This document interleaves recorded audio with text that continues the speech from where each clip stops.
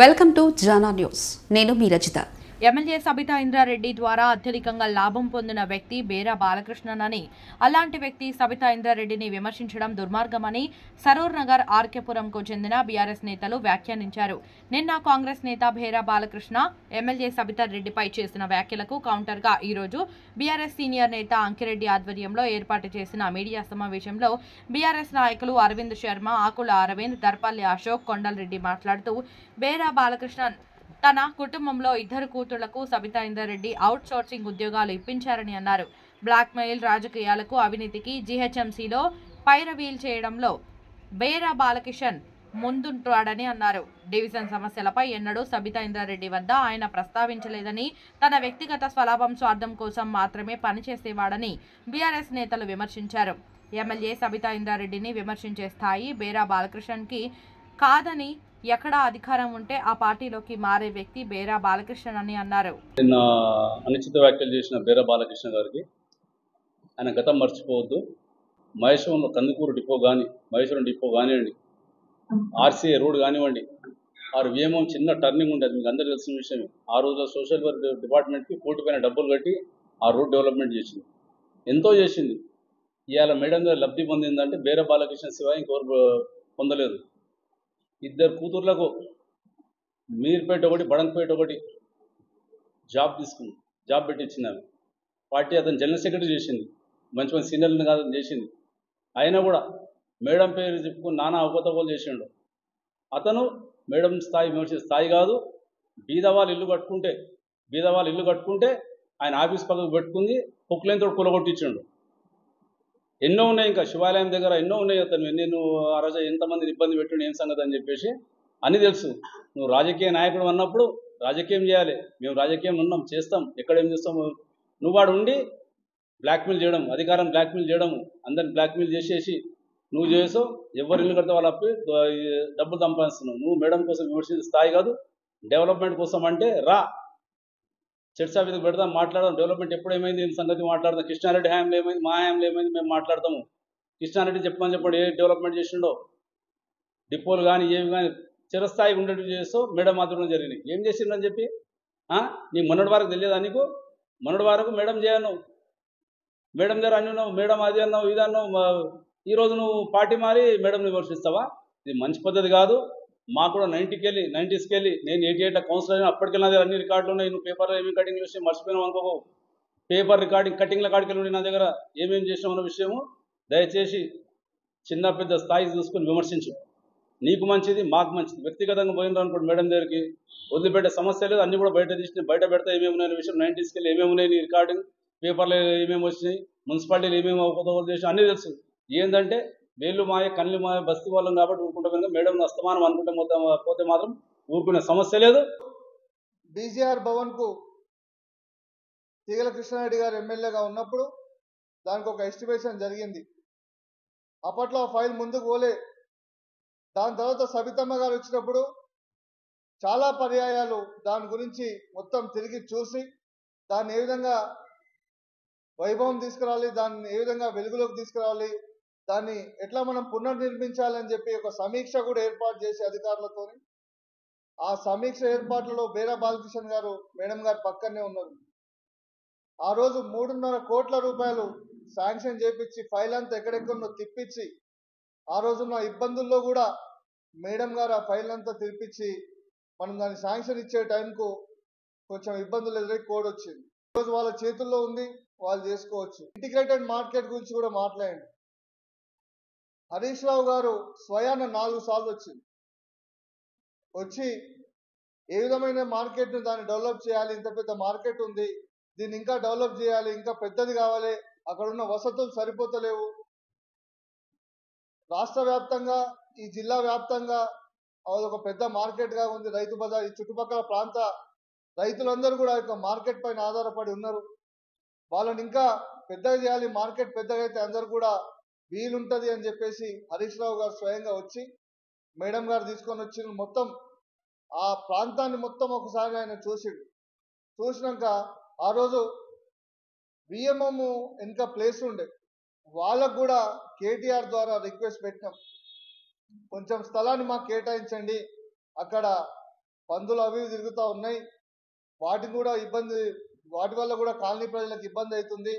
మేము మార్కెట్ని ఎక్స్చేంజ్ చేసుకుంటే ఆ యొక్క మార్కెట్ ద్వారా ఇవన్నీ మీకు ఉండవు, ఏ గోల ఉండదు, కాలనీ వాసులకు కూడా మంచిగా ఉంటుంది, వెనుక ఒక గేట్ కూడా పెట్టిస్తామని చెప్పేసి ఆ రోజు మంత్రి గారు మా సబితమ్మ గారు మాట్లాడారు. ఆ రోజు కూడా బేరా బాలకృష్ణ గారు జనరల్ సెక్రటరీ హోదాలో పక్కనే ఉన్నాడు. ఇవన్నీ కూడా ఆయన మర్చిపోయి, తన స్థాయి కూడా మర్చిపోయి ఇవన్నీ డెవలప్మెంట్ జరిగినాయి. ఈరోజు ఆర్కేపురం సరూర్ ఏం డెవలప్మెంట్కి లోచుకోలేదని చెప్పి కాంగ్రెస్ నాయకులు మాట్లాడుతూ ఉన్నారు. ఈరోజు ఆర్కేపురం డివిజన్లో యూపీహెచ్సి సెంటర్ ఏర్పాటు చేసింది. ఈరోజు మీరు వెళ్ళి చూడండి, సబితా ఇంద్రారెడ్డి గారు ఒక బస్తీ దవాఖాన ఆర్కేపురంలో ఉండాలి అని చెప్పి కాలనీలో ఏర్పాటు చేస్తే ఈరోజు 4-5 కాలనీలకు 4-5 డివిజన్లకు ఆ యొక్క బస్తీ దవాఖాన ఈరోజు ఉపయోగపడతా ఉంది. ఈరోజు మార్కెట్లో 1000 పడకల ఆసుపత్రి సబితమ్మ కృషి కాదా? ఈరోజు అండర్ గ్రౌండ్ డ్రైనేజీలు కానీ, సీనియర్ సిటిజన్ భవన్స్ కానీ, మహిళా భవన్లు కానీ కోట్ల రూపాయల నిధులు తీసుకొచ్చి ఈ 2 డివిజన్లను ఎంతో అభివృద్ధి చేసింది. గతం కంటే ఇప్పుడున్న అభివృద్ధి మీరు చూడండి, అన్ని మా దగ్గర కాగితాలు లెక్కలతో సహా ఉన్నాయి. నిజంగా బాలకృష్ణ గారికి చిత్తశుద్ధి ఉంటే ఆయన వస్తే అదే సరూర్ కట్ట మీద కూర్చొని డిబేట్ పెడదాం. మంత్రి గారికి విమర్శిస్తే మమ్మల్ని కాంగ్రెస్ పార్టీ గుర్తిస్తుంది, మేము పెద్ద నాయకులం అవుతామని చెప్పని ఏ విధంగానైతే కాంగ్రెస్ పార్టీలో మేము వాళ్ళతో కలవాలి పాత నాయకులతో అని చెప్పి కేవలం రంజిత్ రెడ్డి గారు ఓటమి భయంతోనే వీళ్ళంతా కూడా రేపు కాంగ్రెస్ పార్టీ అధిష్టానానికి దగ్గర కావడానికి ఇవన్నీ కూడా పాటుపడుతున్నారు. నిన్న మొన్న జరిగిన రాహుల్ గాంధీ సభకు కూడా జనాలు లేకుంటే సాక్షాత్తు ముఖ్యమంత్రి గారే రోడ్డుపై నిలబడి రాహుల్ గాంధీ గారు వేదిక ఎక్కిండు, వేదిక తర్వాత క్యారవాన్ వెహికల్ అవి కూర్చుని జనాలు లేకుంటే ఇవన్నీ కూడా వాస్తవాలు, మేమేం విమర్శన చేస్తలేం. ఇవన్నీ కూడా పత్రికలు వచ్చినాయి. ఒక నమస్తే తెలంగాణలో వచ్చిందని చెప్పి పదే విమర్శిస్తారు. నమస్తే తెలంగాణ అంతకంటే వేరే పేపర్ల సాక్షిలో వచ్చింది, ఏబిఎన్లో వచ్చింది, ఈనాడులో వచ్చింది. రేవంత్ రెడ్డి గారు సాక్షాత్తు ఇక్కడ జనాలు ఎవరు కూడా సబితమ్మ గారికి ఉన్న ఆ జనాదరణతోటి వాళ్ళంతా కూడా జనాలు మొబిలైజ్ చేసి డబ్బులు ఇచ్చినా ఏవి ఇచ్చినా ఒక్కరు కూడా ఆ సభకు పోలేదు. సబితా ఇంద్రారెడ్డి ఎన్నో అభివృద్ధి పనులు చేసింది. ఈ ప్రాంతంలో సిఆర్ఎంపీ కింద నిధులు కేటాయించి జోనల్ ఆఫీస్ నుంచి పాత చోటి దగ్గర రోడ్డు అదంతా కూడా సబితా ఇంద్రారెడ్డి గారు హయాం లేని. ఆ రోజు చాలా రోజుల కష్టాలలో ఉండే ఆ రోడ్డు నిత్యం చిన్నపాటి వర్షం పడ్డ స్కూల్ దగ్గర, సంస్కృతి స్కూల్ దగ్గర కానీ, జోనల్ ఆఫీస్ దగ్గర కానీ ఆ రోడ్ అంతా ఇబ్బందికరంగా ఉండే. వెజిటేబుల్ మార్కెట్ దాకా, ఫ్రూట్ మార్కెట్ వరకు ఆ రోడ్ దానికి చాలా ఇబ్బందికరంగా ఉంటే దాన్ని దాదాపు 60 కోట్ల రూపాయలు నిధులు పెట్టి పెద్ద ట్రంక్ లైన్ వేయించి ఆ రోడ్ అంతా కూడా నిర్మాణం చేయించి సబితా ఇంద్రారెడ్డి. డాక్టర్స్ కాలనీలో సీనియర్ సిటిజన్ భవనం కట్టింది సబితా ఇంద్రారెడ్డి గారు. ఇక్కడ ఉడా కాంప్లెక్స్ నిత్యం నిన్న మేము ఓట్లాడడానికి వెళ్ళినప్పుడు కూడా ప్రతి ఒక్కరు కూడా మేము సబితమ్మ గారికి ఆదరిస్తాం, ఎందుకంటే మాకు ఇక్కడ సీనియర్ సిటిజన్ భవనం కట్టిందని చెప్పి మహిళలు కూడా మాకు అనేకమైన గుర్తింపు ఇచ్చిందని చెప్పి వాళ్ళంతా ముందుకు రావడం. ఎక్కడ పోయినా సబితా ఇంద్రారెడ్డి. ముఖ్యంగా చెప్పాలంటే బస్తీ దవాఖాన పెట్టినప్పుడు అక్కడ చాలా మంది బస్తీ వాసులు భగత్ సింగ్ నగర్ లో వినాయకుడి మండపం ఏర్పాటు చేసుకున్న దాన్ని తీసి మాకు బస్తీ దవాఖాన పెట్టిన మేడం అంటే మీరేం భయపడకండి, మీరేం దాన్ని దిగులు చెందకండి, తర్వాత నేను వినాయకుడిని షెడ్ వేయిస్తా అని చెప్పి ఎంబడి ఒక షెడ్ వేయించింది. డెవలప్మెంట్లో కానీ జనాలకు కానీ ఎక్కడ కూడా ఇబ్బందికరంగా లేకుండా ప్రతి ఒక్కటి డెవలప్మెంట్ విషయంలో ప్రతి క్షణం ప్రతి నిమిషం కాన్స్టిట్యున్సీ పట్ల ఆలోచన చేసింది. కాబట్టి మొన్న రాష్ట్రం అంతా కూడా ఒకవైపు సాగితే మహేశ్వరంలో సబితా ఇంద్రారెడ్డి గారు ఘన విజయం సాధించింది. వీళ్ళంతా కూడా మీకు గెలిచిందని కూడా కేవలం ఆమెకున్న జనాదరణ, కేసీఆర్ గారు చేసే సంక్షేమ పథకాలు తప్ప వేరే ఏమీ లేవు. ఆమె గెలిచింది అదే. కాంగ్రెస్ నాయకుడు అని కూడా అన్నాను, ఎందుకంటే నిన్నగాక మొన్న పోయిన కాంగ్రెస్ నాయకుడు అని కూడా కరెక్ట్ అనలేము. వాళ్ళ గుర్తింపు కోసం ఒక జెండా మెడల కండువా వేసుకుని మాట్లాడిన ఒక నాయకుడు అమ్మ గురించి, సబితమ్మ గురించి అవాకులు చవాకులు పెళ్ళాడు.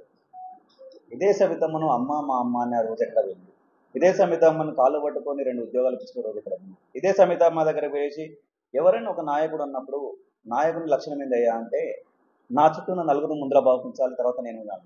ఈ నాయకుని లక్షణం ఇదైతే మాట్లాడిన సోకాడు నాయకుడు ఉన్నాడు కదా, ఎంతసేపు నేను బాగుండాలి, నా ఇంటికే బాగుండాలి. సరూర్ డివిజన్కి ఒక 20 దళిత మంది పెడితే అందులో 10 పేర్లు నువ్వే ఇస్తాయి, నీ ఇంట్లో పేర్లే ఇస్తాయి. ఇంకెవరి గురించి ఇంకో పక్క నాయకుడి గురించి అంత లాస్ట్కు అతని పరిస్థితి ఎట్లుందా అంటే నీ ఇంటి పక్కోడు కూడా నీ మాట వినని పరిస్థితి. ఎంతసేపు ఒక ట్రంప్ కార్డు పెట్టుకొని ఆ కార్డు పెట్టుకొని మనసులో కింద మాట్లాడడం తప్ప ఇంతవరకు నువ్వు చేసిందే లేదు. చిన్న సరూర్లో మేము విన్నాను, ఈ రోజు వరకు ఒక పనికొచ్చే పని ఎప్పుడైనా సబితమ్మని అడిగినవా? నువ్వు ఈ రోజు వరకు పనికొచ్చే పని, నీ స్వార్థం లేని పని, నీకు ఉపయోగపడి కాకుండా పబ్లిక్ పనికొచ్చే పని ఒక రోజున అడిగినవా? ఇంకో మాట సబితమ్మ సరూర్కు ఏం చేయకపోతేనే సబితమ్మకు సరూర్ పాపం ప్రజలు లీడ్ ఇచ్చారా అంటే నువ్వు సరూర్ ప్రజలను అవమానిస్తున్నావు. ఈ రోజు సబితమ్మ అభివృద్ధి చేసింది కాబట్టి ఇంత యాంటీ గవర్నమెంట్ కూడా 25,000 మ్యాటి గెలిచిందంటే నీలాంటి వాడు కాదు, నీలాంటి వాడు గోతులు దొమ్మింది కాబట్టి ఇంకా తక్కువ మెజార్టీ వచ్చింది. నీలాంటి వాడు లేకపోయింటే ఇంకా మేము అందరం ఇంకా మంచిగా చేసిన ఇంకా నీలాంటి లీడర్ని పక్కా పెట్టుంటే ఇంకొక 5,000 మెజార్టీ తీసుకొచ్చుతున్నాం మేము. ఎందుకంటే మీరు ఎంతసేపు వెనకాల ఉండి ఏ పార్టీలో ఉన్నా, నువ్వు ఏ పార్టీకి న్యాయం చేయవు, ఏ పార్టీలో ఉన్నా వెనక గొంతు ఒక లీడర్ వెనకాల ఉండి గోతులు దొంగకుండా కూర్చుంటావు అని మాట్లాడడం తప్ప నీకు ఇంకా వేరేది రానే రాదు. ఎవరి పక్కన ఉన్నా మనిషి ముందర మాట్లాడాలి, మనిషిని కాబట్టి చెప్పుకుంటూ పోవాలని. అందుకే నీకు ఈ రోజు వరకు ఇదే తీగలకృష్ణారెడ్డి గురించి ఇలా మాట్లాడాను. తీగలకృష్ణారెడ్డి కనీసం వార్డు మెంబర్ ఇవ్వలే, నీకు నెల రోజులు ఆపేండు. నీ బిడ్డకు వార్డు మెంబర్ అయితే నెల రోజులు ఆపేండు. ఎందుకంటే నువ్వు కరెక్ట్ కాదు అనేసి. డివిజన్ ప్రెసిడెంట్ నువ్వు ఇవ్వలేదు. ఇదే సబితమ్మ తీసుకొచ్చి పక్కల సెకండ్ పోస్ట్ ఇచ్చింది నీకు. ఆ పోస్ట్ కూడా నువ్వు అనర్హుడు. ఎందుకంటే నీకు సెకండ్ పోస్ట్ కాన్సన్ తిరిగినాయంటే మళ్ళీ ఇదే గల్లి పట్టుకుని దిగాలి చుట్టూ ఏడా ఇల్లు కట్టుకుంటూ ఎవడేం చేస్తుండు, ఏ ఆఫీసర్ నేను తిరిగాడు, నా గురించి చెప్పమ్మా, ఆఫీసర్ చెప్పమ్మా, నేను పోతామ్మా. ఇది తప్ప నువ్వు ఇంకో మాట మాట్లాడింది లేదు. ఒక డివిజన్ అభివృద్ధి గురించి మాట్లాడింది లేదు. ఈ రోజు సరవణ డివిజన్లో డెవలప్మెంట్ గురించి చెప్పాలంటే విజయపురి కాలనీ నుంచి మొదలు పెట్టుకుందాం, బాబు నగర్ నుంచి విజయపురి కాలనీ వరకు మొదలు పెట్టుకుందాం. బాబు నగర్లో కానీ ఈ రోజు ట్రంక్ లైన్ ఎంత పెద్ద ట్రంక్ లైన్ లేండి. ఈ బాబు నగర్ కమిటీ హాల్ ఏందండి, సర్వనగర్కి వచ్చారు. ఎందుకు నీ ఇంటి పక్కన ఉన్న ఇందిరా మహిళా భవన్ గురించి మాట్లాడదాం. ఇందిరా మహిళా భవన్ ఈ రోజు ఎంత ఆధునీకరించి సబితమ్మ నిధులతోటే కదా, సబితమ్మే చేపించింది కదా. ఎందుకయా ఏదో నోరు ఉంది, ఓ మాటలు వచ్చు, నీ అంత మేము గట్టిగా మాట్లాడలేకపోవచ్చు అని మాట చమత్కారం అనేసి మైకు దొరకంగానే పట్టుకొని మళ్ళీ నీ పక్కల ఎవడని ఉండా అంటే ఎవడు ఉండా నీ పక్కల, నువ్వు మాట్లాడుతూ నీ పక్కలోడే పక్క వెళ్ళిపోతాడు. ఫస్ట్ వ్యక్తిత్వం నేర్చుకో. కనీసం వ్యక్తులు ఎట్లుండాలి. ఇప్పుడు 50 ఏళ్ళు ఉన్నాయి, ఉందాగా ప్రవర్తించు, ఉందాగా మాట్లాడి నేర్చుకో. చేసిన వారిని ఎప్పుడు కానీ చేసిన సాయాన్ని విమర్శించిన వాడికి పుట్టగతులు కూడా ఉండవు.